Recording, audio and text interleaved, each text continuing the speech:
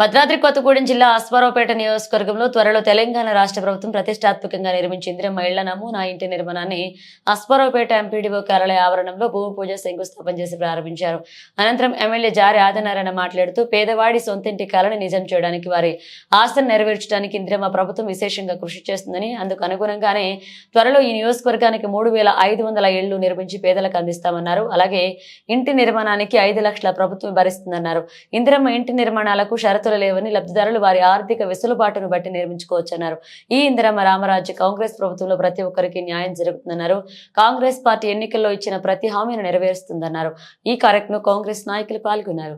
పేదింటి వారు మాకెప్పుడు ఇల్లు ఇచ్చడం కార్యక్రమంలో భాగంగా ఇందిరమ్మ ఇల్లు వస్తాయి, ఇల్లు ఇచ్చే కట్టే ప్రక్రియ మేము చేస్తామని చెప్పేసి ఆ రోజు హామీ మేరకు ఈరోజు మరి తెలంగాణ రాష్ట్ర ప్రభుత్వం ఎప్పుడైతే ప్రజలు ఆశీర్వదించినటువంటి ఇందిరమ్మ రాజ్యాన్ని అనుగుణంగా ఈరోజు ఇంటి ఇల్లు ఇవ్వాలనే ఆలోచనతో ఈరోజు ప్రభుత్వం ఒక మంచి ఆలోచన ముందుకు రావడం, అదేవిధంగా నా నియోజకవర్గంలో నేడు మొట్టమొదటిగా శంకుస్థాపన చేయడం జరిగింది ఎంపీడీ ఆఫీసులో.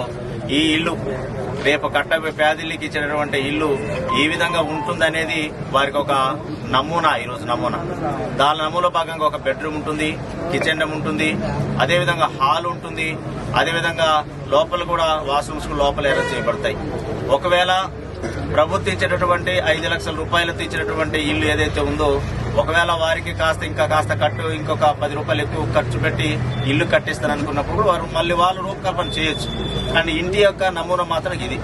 వాళ్ళు ఒకవేళ ఇంకా వేరే విధంగా కట్టుకోవాలని కూడా కట్టుకోవచ్చు, వాళ్ళు కాస్త డబ్బులు పెట్టుకుని కట్టుకోవచ్చు.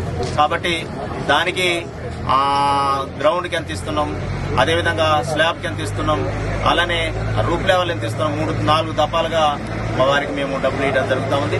కాబట్టి ఈరోజు ఈ కార్యక్రమం ఒక శంకుస్థాపన చేయడం జరిగింది. ఈ నియోజకవర్గంలో సంక్రాంతి పండగ రోజున ఎక్కడైతే లబ్ధిదారులు ఉన్నారో ఈరోజు ఈ నియోజకవర్గ వ్యాప్తంగా 57,283 మంది హౌసింగ్ అప్లై చేయడం జరిగింది. అందులో భాగంగా ఈ రోజుకి 26,678 మందిని ఈ రోజు అర్హులుగా గుర్తించడం జరిగింది. అంటే ఇందిరమ్మ ఇళ్లకు అర్హులుగా గుర్తించడం జరిగింది. ఏదైతే 57,283 మంది ఆన్లైన్ లో అప్లై చేశారో వీళ్ళ దగ్గర కూడా అందరి దగ్గరికి వెళ్ళడం జరిగింది. సుమారు 85% పూర్తి అయింది. ఈ నెల 31వ తారీఖు పూర్తిగా 100% చేయడం జరుగుతుంది.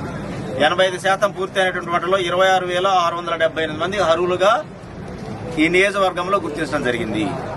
చాలా మంది కూడా అభ్యర్థులు కోరుతా ఉన్నారు, సార్ మేము ప్రజాపాలన కార్యక్రమాలు మేము అప్లై చేయలేదు, మరి మా పరిస్థితి ఏంటంటా ఉన్నారు. వాళ్ళు కూడా యాప్ ఓపెన్ ఉంది. ఎవరైతే